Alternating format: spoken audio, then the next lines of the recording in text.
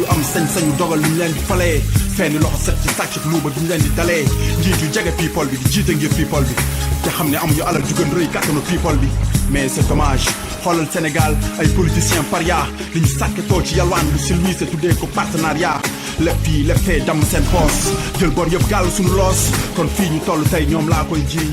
asalaamaaleykum chers téléspectateurs GTV 112 ñu gën ko xam ci Guédiawaye TV di télévision boo xam ni li koy ñor mooy fas yéene Sénégal lépp loo xam ni rek am na njëriñ pour askan bi ñu def seet def ci dugal ko suñu plateforme boobu di émission leerlu tey nag ñu ñëw fii ci Guédiawaye ci cité del littoral bi nga xam ne tey moo jàkkaarloog en face géej gi madame la présidente bi nga xam ne moo jiite association fédération bu mag boobu nga xam ne ñu bientôt ñu koy xaar ci national ñu def seen tournée ñu koy xaar muy Adja Marème Diongo. Marème Diongo nag di présidente boo xam ne jiite na ñetti kuréel yi nag benn mouvement boo xam ne dina ci ñëw mouvement bu am solo te mouvement boobu sax su ma juumul moo jiitu fédération bi.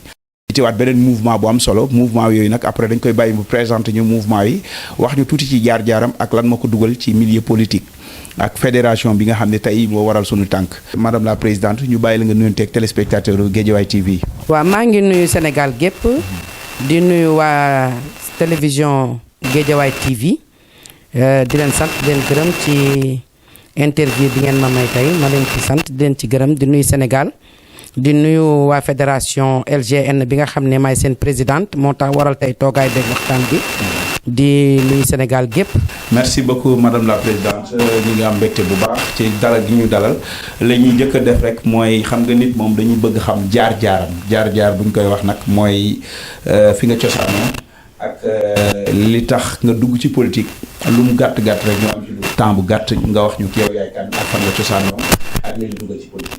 waaw man nag maa ngi tudd Adja Marème Diongo je suis né à Louga donc Louga laa juddoo nekk ci bokk ci famille politicienne bu mag a mag ndax samay maam ak samay ñëpp ay politiciens lañ woon au temps de Senghor donc voilà au temps de Abdou Diouf et tout donc ma màgg ci cadre boobu. yàlla dogal aussi ma ñëw fii au niveau de Guédiawaye parce que je fais partie d'une famille aussi boo xam ne mon père est enseignant donc ci éducation donc yàlla dogal ma bokk ci loolu donc évoluer ci loolu mbappat ci loolu moo tax may def politique. tey gis nañ nga jiite ñetti kuréel benn bi fédération la mooy bi nga xam ni moom lañ dara jëlee sunu président Lat Diop ñu gis yeneen ñaar yooyu ñu nga expliquer ñu yeneen ñaar yi lu mu tudd. waaw xam nga li ñuy nekk ñun ay responsables politiques aussi on est des femmes de développement. Avant fédération bi mu juddoo yàggul trop. dama yor une association boo xam ne cette association bi muy juddu def na léegi 9 ans. mu tudd association Tee Sa Gox moom laa njëkk a am. muy sama porte-bonheur vraiment avec des femmes multidimensionnelles yoo xam ne ay intellectuels a ngi ci ay professeurs su souche yu baree ngi ci ay femmes yoo xam ne dañuy jaay informel donc mu nekk des souches yi nga xam ne souches yi différentes lañu mu nekk association boo xam moom laa njëkk a am. mu nekk di dox pendant 9 ans ba tey ma ñëwaat amaat beneen association boo xam ne aussi ce sont des femmes de développement ñoom bi nu juddoog léegi ça fait 2 ans ñooñu ñu ngi tudd la révélation donc après nag ci la fédération LGN judd. LGN nag la ñuy taxaw waxtaan ci le 8 mars bi def ngeen programme bu am solo programme boobu ngeen sargal ci ngeen pare ko ki nga xam ne mooy président Lat Diop. fédération bi nan nga ñu mën a expliquer ci gis nañ ñetti xeet yu xam ni ñetti waaso yu ci bokk muy géwél lawbe tëgg. donc ñu gis ni daa mel ni am na benn bu des bu ma juumul mooy uude ñu bëgg a xam association bi lan mooy cëslaay bi ak lan moo waral ngeen tuddee ngeen tànn ñetti waaso yooyu.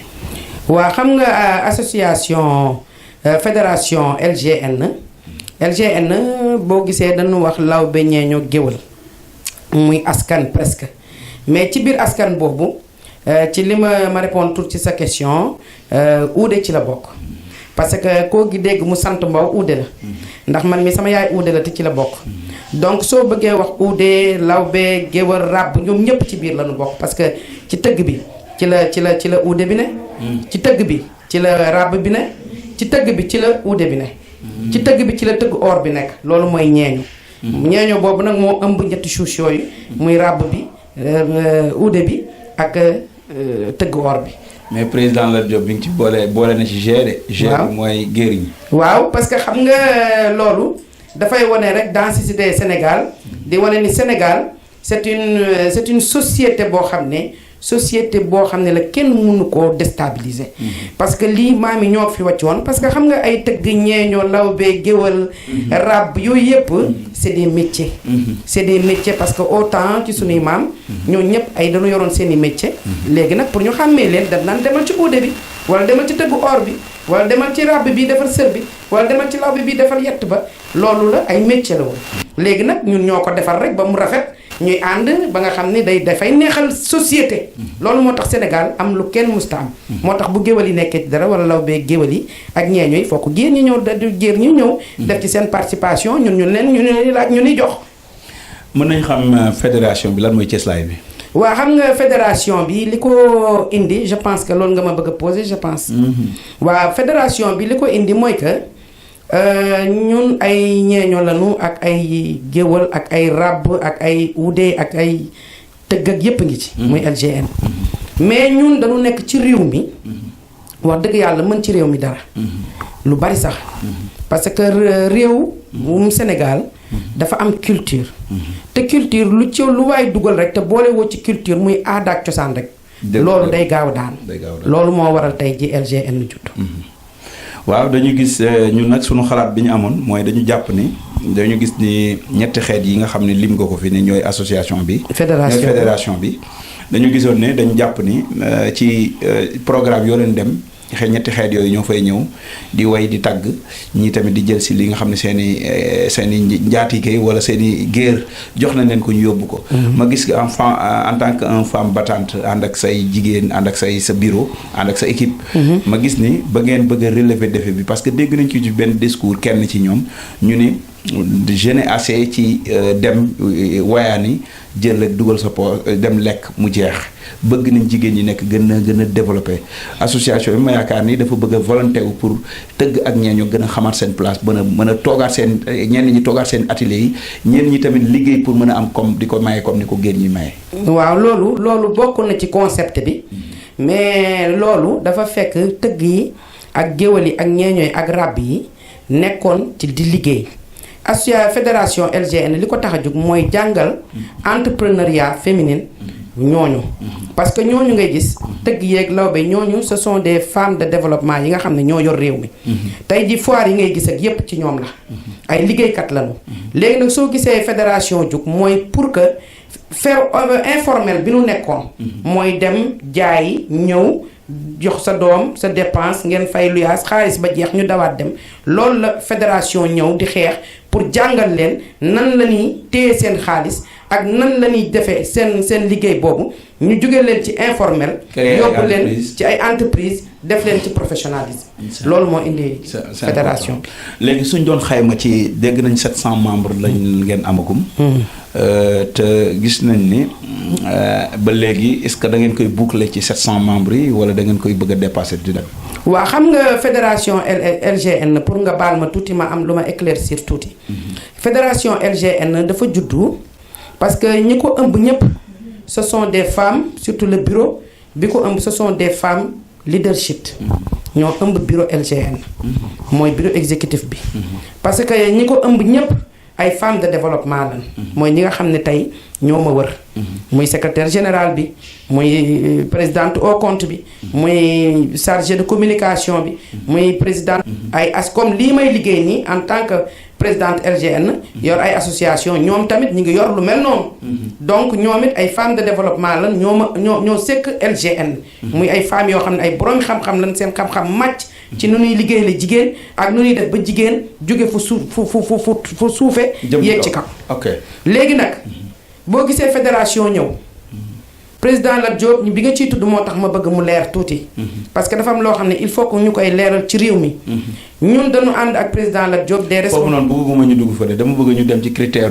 association bi fédération bi waaw critère association bi après ñu dem ci pourquoi parrain ngeen dara waaw loolu daal moo tax fédération jug pour jàppale jigéen ñi nga xam ne ñi ngi ci biir parce que ci biir fédération LGN maa ngi la ci wax ne am na ay cordonnières ay cordonnières a ngi ci dégg naa nga def ay bijoutières yoo xam ne dañuy toog ci baar bi jigéen tëgg or.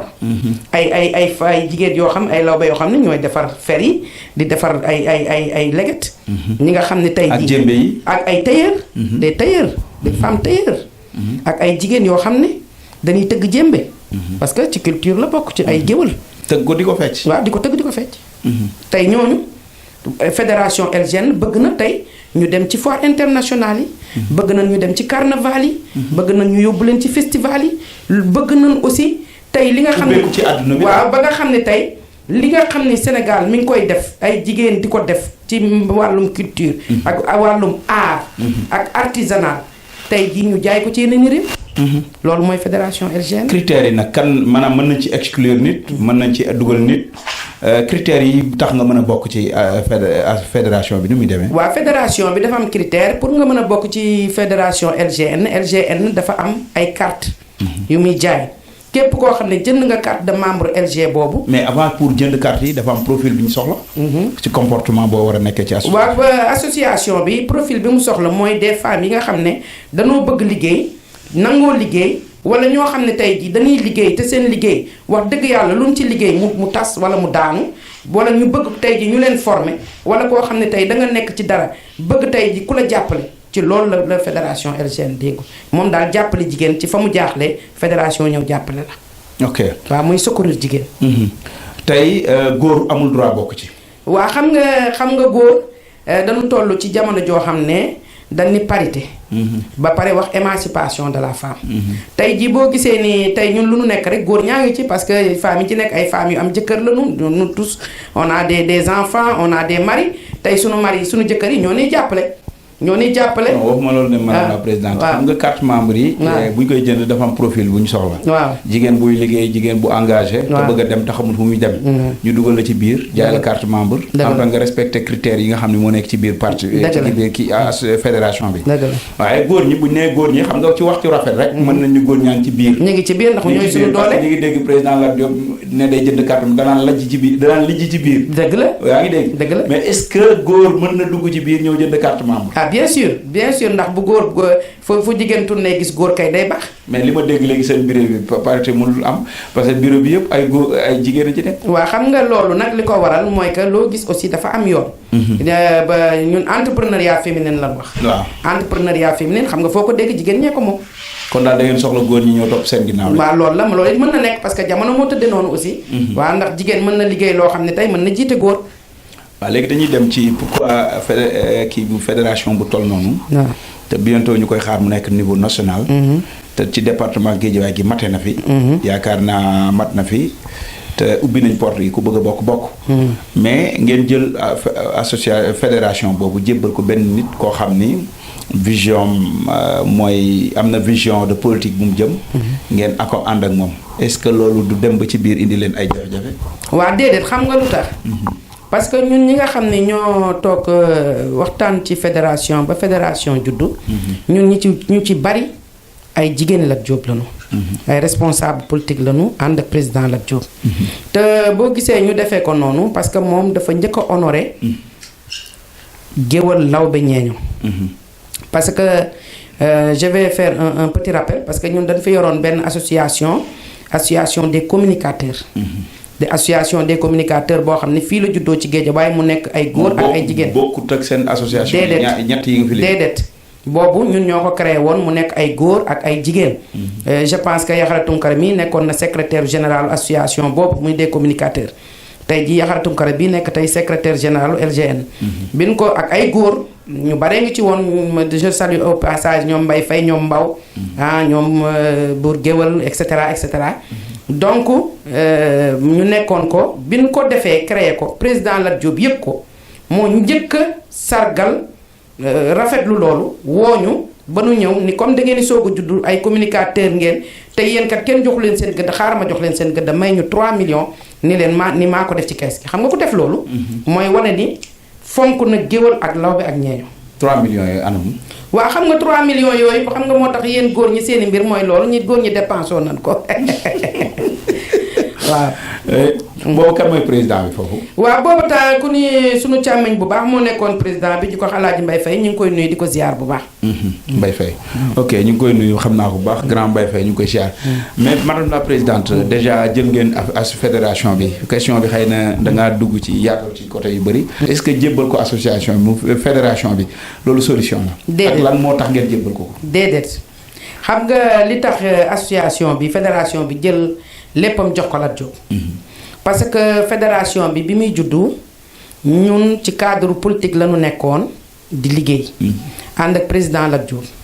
donc nit booy ànd ak moom di liggéey ak moom war nga ko indil plus apporter ko ci li nga mën ndax su fekkee ni dañu nekk ci cadre terrain bi ku nekk boo ñëwee rek indi sa plus ki ngay àndal dina dem mais ñun dañoo gis ni moom ci boppam am na volonté jàppale jigéen day jàppale jigéen ci entrepreneuriat féminin jàppale ay jigéen ci formation te moom rek lañu gis fii au niveau de Guédiawaye koo xam ne vraiment sunu yaakaar ci moom la ne ci li nu bëgg a def mooy entrepreneuriat féminin. moom daal ngeen gis ni mën na leen accompagner ba li ngeen bëgg a def ci jigéen ñi def ko ci. moom daal lañu gis ni moom liggéey na liggéey boo xam ne fonk na jigéen jàppale na jigéen jàppale boo xam ni tey jii suñu taxawee ak moom ànd ak moom nekk ak moom lu nu bëgg rek ci entrepreneuriat féminin ak lu jigéen war a liggéey rek moom dana ko def parce que daf ci tàllal loxoom. daf ñu seetaanul parce que association fédération bi muy judd amul doole mais moo ko dooleel. moo ko dooleel fédération bi muy judd amuñu formation moom moo ñu indi formatrice. kon lépp loo xam ne rek soxla nañ ko rek mi ngi taxaw kon nag doo gis ki nga xam ne taxaw na pour yëkkati leen valoriser jigéen te doo ànd ak moom ci loolu. mais ñi valoriser Guédiawaye jigéen bëri na de. moo ci man Aliou Sall. waaw moom Malick Gakou. waaw xam nga Aïdara ak yeneen nit ñu ma fàtte. waa xam nga mais déggoon nañ seen benn association boo xam ne amoon na ay jamono da ngeen jëloon benn bis boo xam ne da ngeen ko parrainé woon Aliou Sall. mujjul ñëw. waaw mooy fédération bi. est-ce que nekkul seen fédération bi ngeen daw ànd ak Lat Diop pour. déedéet faje ko mer. déedéet fédération bi muy judd mi ngi ànd ak président Lat Diop. fédération bi président Lat Diop ba ko tax a jug. moo ko moom bi ngeen di parrainé Aliou Sall ci bari. moo tax na ma lay expliquer fédération bi. bi muy def. ZTV 72.